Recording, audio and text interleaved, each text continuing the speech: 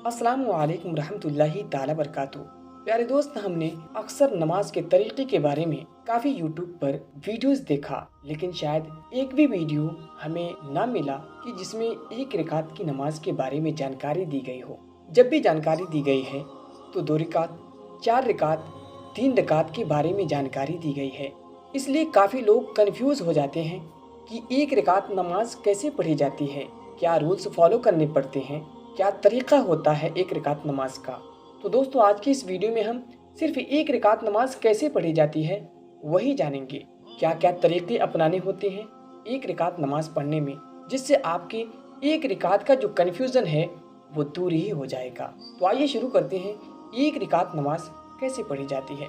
दोस्तों, हमने अक्सर वीडियोज़ में बता रखा है कि नमाज जब भी पढ़ी जाती है या तो 2 रकात की नमाज होती है, या 3 रकात की, या 4 रकात की।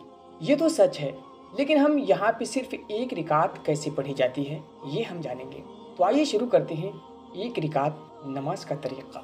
तो दोस्तों, अगर आपने इससे पहले नमाज पढ़ी है तो आपको मालूम होगा कि सबसे पहले नियत करनी होती है। नियत एक दिल के इरादे का नाम होता है। अगर ज़बान से भी करेंगे तो बेहतर होता है। तो देखिए, नियत कुछ इस तरीके से किया जाता है। नियत करता हूँ मैं 2 रकात नमाज फजर की फ़र्ज।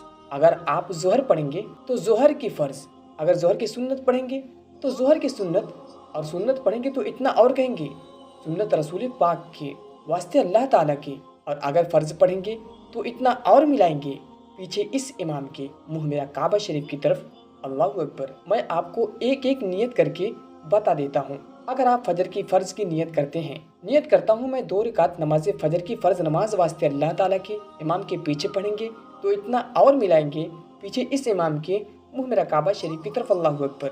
और अगर सुन्नत पढ़ेंगे तो नियत करता हूँ मैं 2 रकात नमाज फजर की सुन्नत रसूलुल्लाह के वास्ते अल्लाह ताला के मुँह मेरा काबा शरीफ की तरफ। अल्लाहु अकबर। सेम तरीके से ज़ोहर की सुन्नत कहेंगे और फ़र्ज़ पढ़ेंगे तो फ़र्ज़ लगाकर कहेंगे। उसके बाद अल्लाहु अकबर कहते हुए अपने दोनों हाथों को नाक के नीचे बांध लेनी है। उसके बाद सना पढ़नी है। सुब्हानक अल्लाहुम्मा व बिहम्दिका व तबारक अस्मुका व तआला जद्दुका व ला इलाहा गैरुक।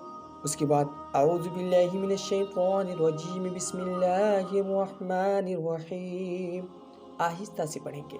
अल्हम्दुलिल्लाहि रब्बिल आलमीन अर्रहमानिर रहीम मालिकि यौमिद्दीन इय्याका नअबुदु व इय्याका नस्तईन इहदिनस सिरातल मुस्तकीम सिरातल लज़ीना अनअमत अलैहिम गैरिल मग़दूबि अलैहिम वलद्दॉल्लीन।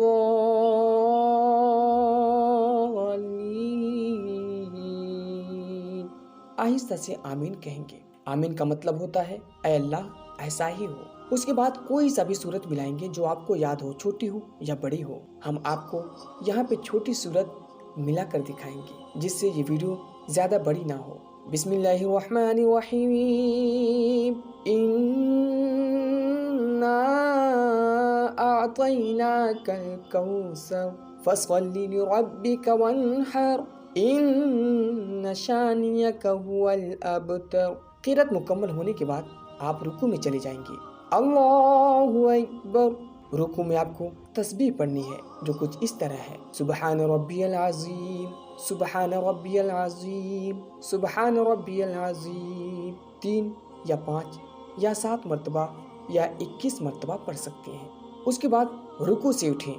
समी अल्लाहु लिमन हमिदा, सीधे तरीके से खड़े हो जाएं। फिर अल्लाहु अकबर कहते हुए सजदे में चले जाएं। सजदे में आपको फिर तस्बीह पढ़नी है जो कुछ इस तरह है। सुबहान रब्बियल आला, सुबहान रब्बियल आला, सुबहान रब्बियल आला। यहाँ पर भी 3 या 5 या 7 या इससे और भी ज़्यादा। अल्लाहु अकबर। सजदे से उठकर बैठ जाएं, फिर सजदे में जाएं। अल्लाहु अकबर।